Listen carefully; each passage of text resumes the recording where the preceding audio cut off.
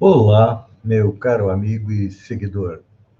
Seja bem-vindo a mais um Papo Espírita, programa quinzenal do Centro Espírita Allan Kardec de Balneário Gaivota, onde você fica compreendendo um pouco mais notícias sobre a ótica do Espiritismo, informações de datas importantes para a doutrina espírita, indicação de livros e também análise de filmes. E para iniciarmos o nosso Papo Espírita, vamos fazer a oração que Jesus nos ensinou há 2000 anos atrás, que é o modelo mais prático, mais rápido, mais conciso e melhor de nos comunicarmos com a espiritualidade. Podemos dizer que, através do Pai Nosso, nós mandamos um WhatsApp para Deus e para os bons espíritos. Então dizemos: Pai Nosso, que está no céu, santificado seja o teu nome, venha a nós o teu reino, seja feita a tua vontade, assim na terra como no céu. O pão de cada dia nos dá hoje, o pão do corpo, mas principalmente o pão do espírito. Perdoa nossas dívidas à medida em que perdoamos aqueles que nos devem, e não nos deixa cair na tentação, mas livra-nos do mal, que assim seja. E o nosso programa de hoje é baseado em uma notícia cujo título é Juiz manda investigar servidor que tentou intimidar, ou melhor, intimar morto no cemitério. Essa notícia nos remete ao dia 2 de novembro, que é o dia de finados. O dia de finados, como é conhecido, foi instituído inicialmente no século X, na abadia beneditina de Cluny, na França, onde o abade Odílio, hoje Santo Odílio, como é chamado entre os católicos, sugeriu que o dia 2 de novembro de 1998, aos membros da sua abadia, que todo ano, naquele dia, dedicariam as suas orações às almas daqueles que já foram. A ação de Odílio resgatava um dos elementos principais da cosmovisão católica, que é a perspectiva de que boa parte das almas dos mortos está no purgatório, passando por um processo de purificação para que possam ascender ao paraíso. Então, nada melhor do que uma oração para ajudá-los a deixar o purgatório e ir para o paraíso. Mas a nossa notícia de hoje, como nós já dissemos, ela diz que um juiz manda investigar servidor que tentou intimar morto em cemitério. O juiz da primeira vara criminal de Gurupi, no interior do estado do Tocantins, Baldur Rocha Giovannini, determinou que a corregedoria do tribunal e a direção do fórum investigassem o oficial de justiça, Cássio Antônio de Oliveira, por ter ido ao cemitério intimar a vítima de um crime de latrocínio, que é roubo seguido de morte, falecida em abril de 2022. A sentença condenatória dizia: intime-se pessoalmente a vítima.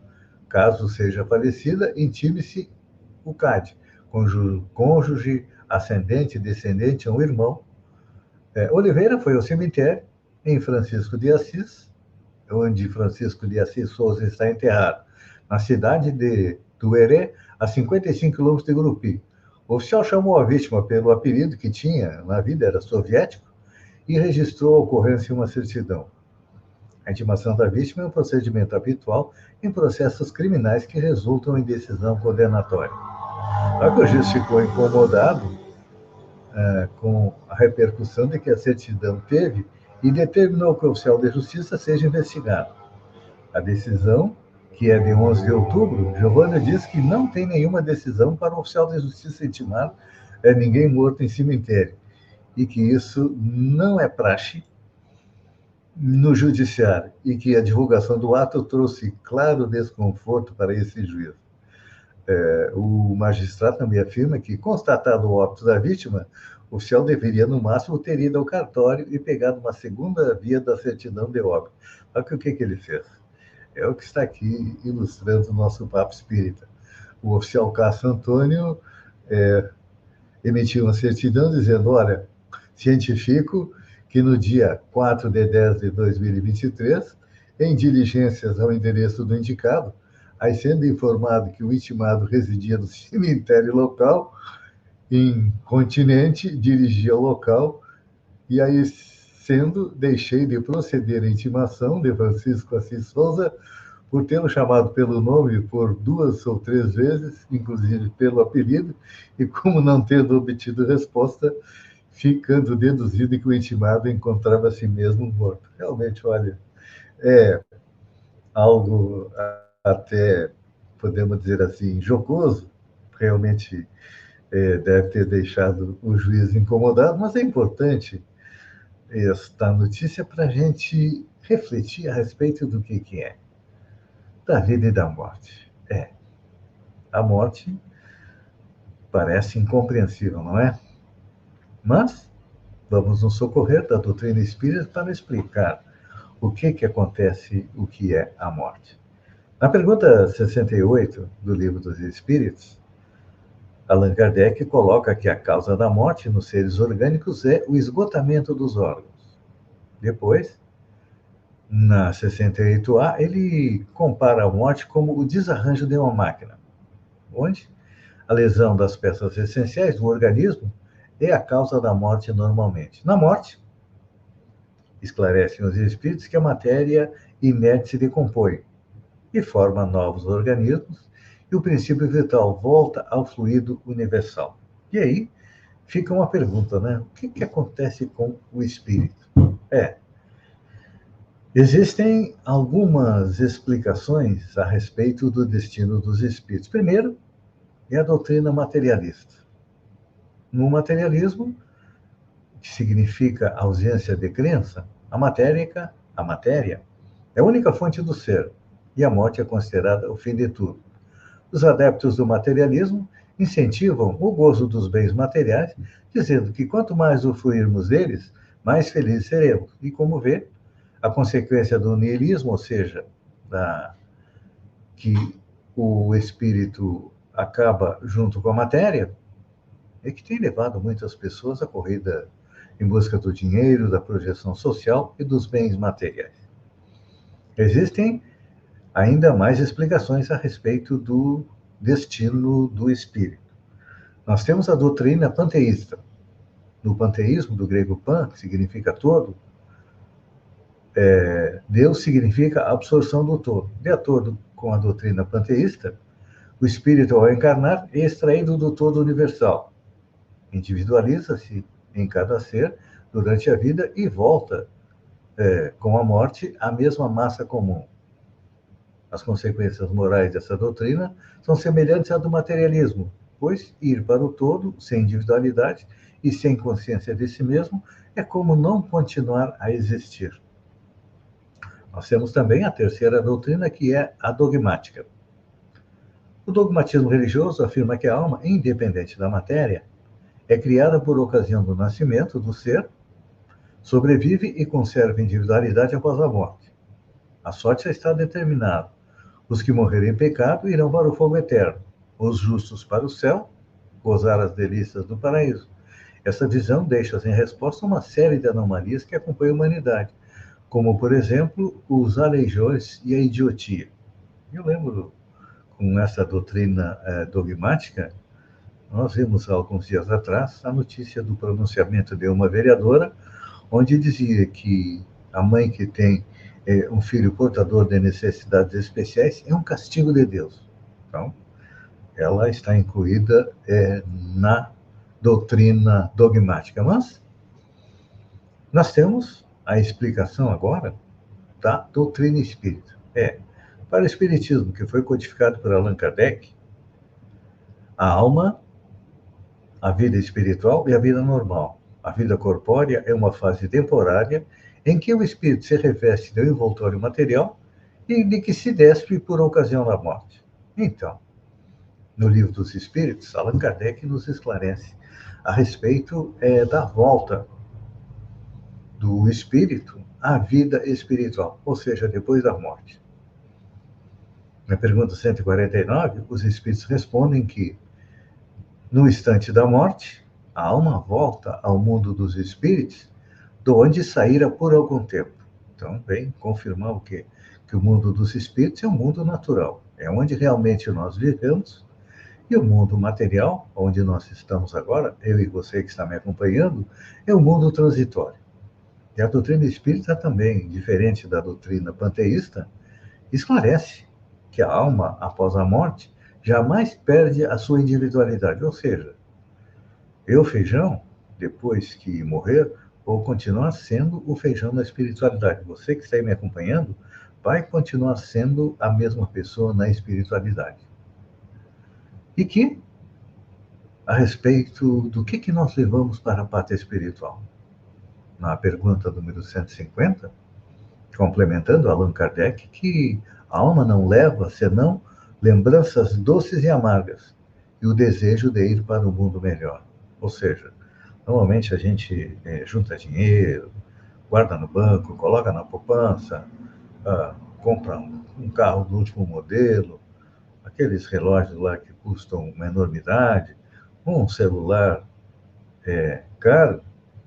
Isso nada nós levamos, acaba ficando aqui para quê?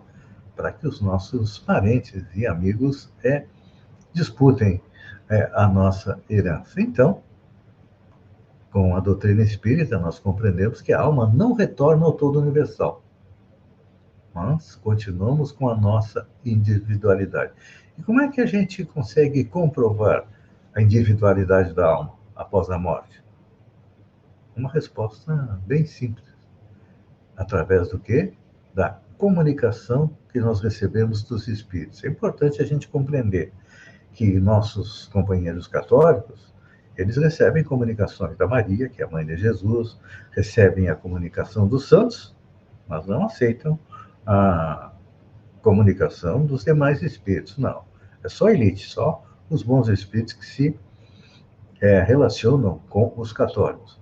Nossos irmãos evangélicos vão pelo lado contrário. Normalmente, eles aceitam e trabalham para tentar esclarecer, convencer os maus espíritos. E nós, espíritas, somos aí bastante democráticos, porque nos centros espíritas podem se comunicar os espíritos mais evoluídos, aqueles que são chamados de santos, anjos da guarda, são os espíritos classe média, que a grande população do planeta também se comunica no centro espírita, e também fazemos um trabalho de esclarecimento, de tentar encaminhar para uma vida melhor os maus espíritos. Então, com todas estas colocações da doutrina espírita, nós compreendemos que a vida do espírito é eterna. E aí vem a chave de tudo isso, que é a reencarnação. Através da pluralidade das existências, nós conseguimos compreender o quê? A justiça divina. Porque normalmente, muitas vezes, a gente acredita que Deus é injusto, Deus é cruel, Deus não é um pai, é um padrasto que nos dá dores e dificuldades. Então, a partir da reencarnação, nós compreendemos aí a justiça divina, ou seja, que a reencarnação é um processo pelo qual passa o espírito para crescer, para evoluir. Deus, demonstrando essa justiça, nos cria simples ignorância, isto é, sem conhecimento. E esse princípio espiritual, que ainda não é um espírito, ele reencarna, ele vai atravessando os reinos, vai evoluindo através dos reinos, mineral, vegetal, animal, até que quando nós chegamos no reino nominal, nós adquirimos o quê? Nós adquirimos a capacidade de tomar decisões, que é o livre-arbítrio. Mas com a capacidade de tomar decisões, vem também a responsabilidade pelos nossos atos. E o que nós estamos passando hoje, normalmente, é o quê? É reflexo daquilo que nós fizemos no passado. A família é um reflexo de com quem nós convivemos no passado. Então, sim, a gente percebe que lentamente a humanidade está melhorando, está evoluindo. Porque o progresso, a lei do progresso, é uma das leis morais que estão lá na quarta parte do Livro dos Espíritos. A lei do progresso diz que o progresso é uma constante no universo. E tem uma colocação interessante para a gente compreender toda esta equação de progresso, já que estamos falando em ciência, né? Porque o espiritismo é uma ciência. Muitas vezes as pessoas veem o espiritismo só pelo seu lado moral, no seu lado religioso. Mas o Espiritismo é ciência que investiga as relações dos espíritos conosco, é uma filosofia que deduz a partir dessas relações, e a parte moral da doutrina espírita é o quê? É a colocação em prática da mensagem, dos ensinamentos de Jesus há 2000 anos atrás, que pediu só duas coisas para nós: ama a Deus e ama teu próximo. Então, enquanto não fizermos isso, nós vamos continuar sofrendo aqui no planeta Terra.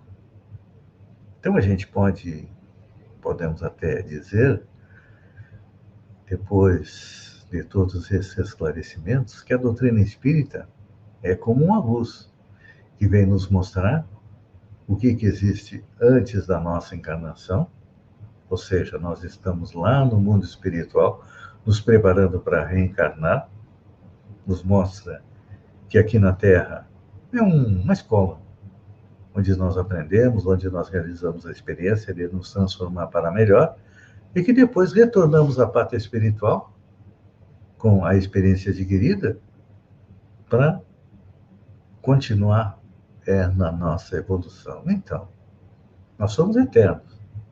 Temos aí a eternidade pela frente para chegarmos à tão sonhada felicidade. Então, por isso que eu digo que a doutrina espírita é como uma luz, que tudo clareia. A partir do conhecimento da doutrina espírita, as dúvidas se desfazem e cada um de nós enche-se com a certeza de que a vida continua e que seremos recompensados ou punidos de acordo com os nossos atos, bons ou maus, no dia a dia. É essa a síntese da doutrina espírita, que nos diz, olha, com certeza poderemos chegar à felicidade, a partir do momento em que nós compreendermos e respeitarmos não só as leis que regem o universo físico, mas o universo moral.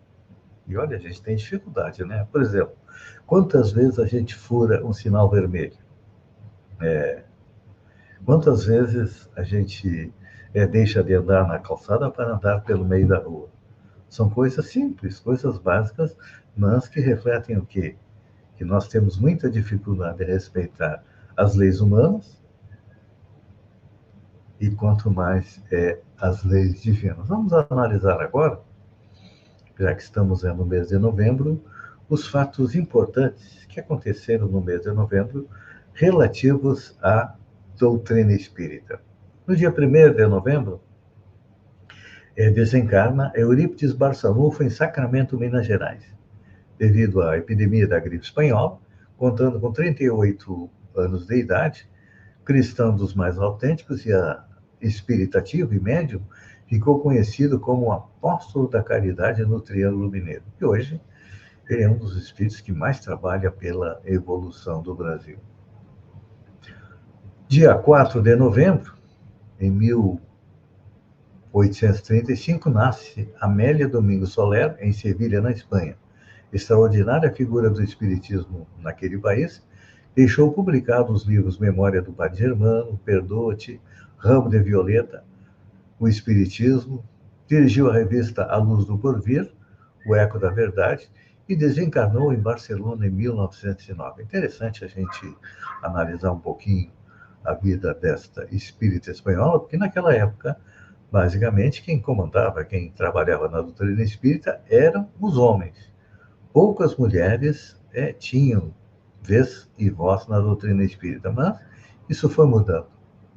Ainda no mês de novembro, no dia 5, lá em 1414, fazendo uma viagem bastante grande no tempo, inicia-se o Concílio de Constança, que julga como herege e condena à morte pela fogueira o reformador tcheco Jan Hus, nascido em 1369, em Rusinec, que seria, em uma nova encarnação, o codificador Allan Kardec. Então, a gente percebe que até os espíritos mais evoluídos não estão imunes aí às dores, aos sofrimentos. O próprio Kardec teve que trabalhar muito para poder se sustentar e poder trabalhar pela doutrina espírita. Os bons espíritos não têm vida fácil, não. Por exemplo, nos dias de hoje, próximo dos dias de hoje, Chico Xavier era um funcionário público, vivia do seu salário. E não utilizou um centavo das milhões de obras que foram divulgadas. Poderia estar extremamente rico, mas não. Demonstrou que veio para trabalhar. No dia 6 de novembro de 1935, nasce César Lombroso em Verona, na Itália. Ele foi pesquisador e escritor espírita. Ele foi psiquiatra e também criminalista italiano. Tornou-se espírita depois de ter realizado várias experiências com a médium Esápia Paladino. Numa dessas sessões, o espírito da própria mãe materializou-se. Desde aí, não teve dúvida sobre a sobrevivência e a comunicação dos espíritos.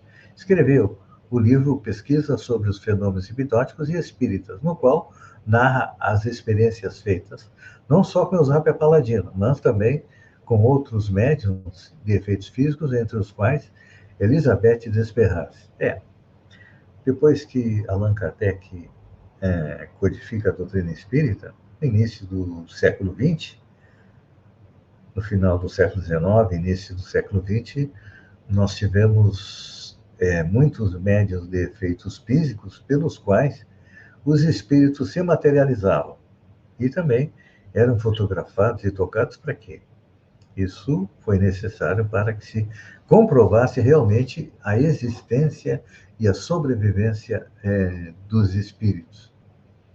No dia 10 de novembro, nasce o médium João Nunes Maia, em Minas Gerais.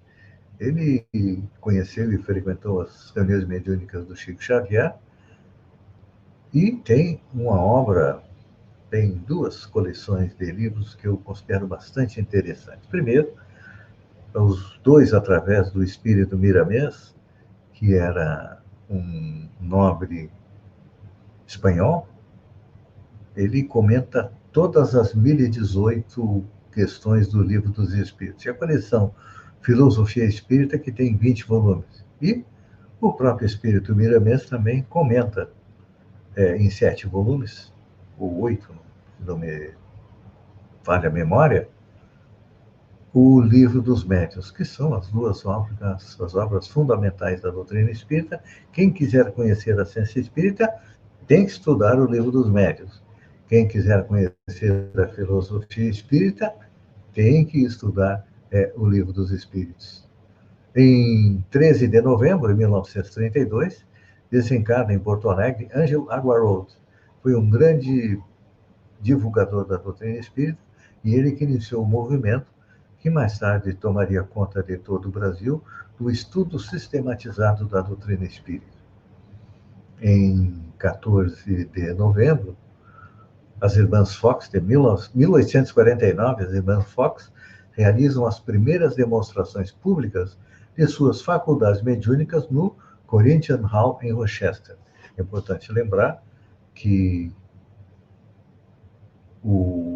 seria o marco zero do Espiritismo, a comunicação das Irmãs Fox com o espírito do Mascate Charles Esma, que começaram, ou vieram à tona, na noite de 30 a 31 de março de 1848. Então, em novembro de 1849, depois de pesquisas feitas, confirmaram a existência e a sobrevivência do espírito, elas começam a fazer esse trabalho ao público. E também no dia 14 de 1876, nasce Manuel Filomeno de Miranda, na Bahia, espírito que, através da psicografia de Edivaldo Pereira Franco, nos traz excelentes obras a respeito daquilo que é a doença do século XX, que é a influência espiritual ou a obsessão. Vamos agora à indicação de livros, para que a gente possa compreender um pouco mais e melhor o fenômeno da morte e o pós-morte. Nós recomendamos o primeiro livro, é o Livro dos Espíritos. Aqui, nele, nós temos toda a informação necessária a respeito da vida, sobre a morte, sobre o nosso futuro, nos traz respostas bem claras sobre de onde nós viemos, para onde nós vamos, por que nós sofremos. Já que estamos falando aí de depoimentos de Dia dos Mortos, né? O segundo livro que nós indicamos é o livro O Céu e o Inferno, que, na sua segunda parte, traz depoimento psicografado por vários médiuns de espíritos que morreram e contam como é que são na espiritualidade. Então, os assassinos dizem como é que vivem, os suicidas também, os assaltantes, os bons espíritos, os espíritos de condição mediana, todos eles trazem o seu depoimento de como estão na espiritualidade. Isso é importante para a gente compreenda, porque normalmente quando a gente vai fazer uma viagem, a gente procura conhecer o local para onde vai, não é assim? Quem vai para o Nordeste, escolhe o hotel, escolhe como é que vai. Quem vai viajar para a Europa, a mesma coisa, vai de navio, vai de avião, e procura conhecer um pouco dos países para onde vai. Então, o livro Céu e Inferno faz o mesmo com o nosso futuro, porque mais dia, menos dia, todos nós vamos retornar à pátria espiritual. Então, é importante conhecer o que tem lá. Outro livro que eu recomendo é do escritor Richard Simonetti, que já está na pátria espiritual. Ele sempre foi alguém que escreveu de uma forma leve, tranquila. É uma excelente leitura. E o nome do livro é Quem Tem Medo da Morte? É claro que todos nós temos medo da morte, né? Porque, na maioria das vezes, conhecemos o que tem além dela. Então, Richard Simonetti, uma leitura leve, agradável, aborda questões referentes à morte. Por exemplo, o momento do desligamento, quando nós recebemos ajuda dos espíritos para nos desligar, porque ninguém morre sozinho. Eu digo que até muitas vezes há uma luta entre os dois planos da existência sobre o indivíduo que está morrendo. A família não quer que ele morra, quer que ele continue ali, junto, muitas vezes até sofrendo, e sofrendo bastante, mas não quer se livrar dele. E a família que está na espiritualidade fica procurando ajudar quem está morrendo a retornar para a pátria espiritual. Então, é interessante conhecer a respeito do momento do desligamento. Tem um momento que a grande maioria de nós tem muita dificuldade de passar, que é o balanço. No momento que estamos nos desligando do corpo, nosso espírito faz um balanço de tudo que fez durante a vida. E aí, muitas vezes, vem um arrependimento muito grande de não ter feito mais. É claro que depois disso tem a dificuldade do retorno. Tem também algo interessante que, com certeza, muitos já passaram por isso, que é a melhora da morte. Quantas vezes um ente querido nosso estava quase desencarnando e, por alguns momentos, ele melhora, ele até fala, se sente bem, todo mundo descansa, sai da sala e aí a espiritualidade aproveita para desligar aquela pessoa. Então, é um livro que eu recomendo. Também, nós estamos fazendo uma análise a respeito de filmes que tragam uma mensagem espírita ou espiritualista. Como nós estamos neste programa falando a respeito do Dia dos Finados, do Dia dos Mortos, tem um filme bastante interessante que eu recomendo, que é Viva, a Vida é uma Festa. É um filme musical, é uma animação computadorizada norte-americana que foi feita em 2017, produzida pela Pixar Animation Studios e distribuída pela Walt Disney Studios.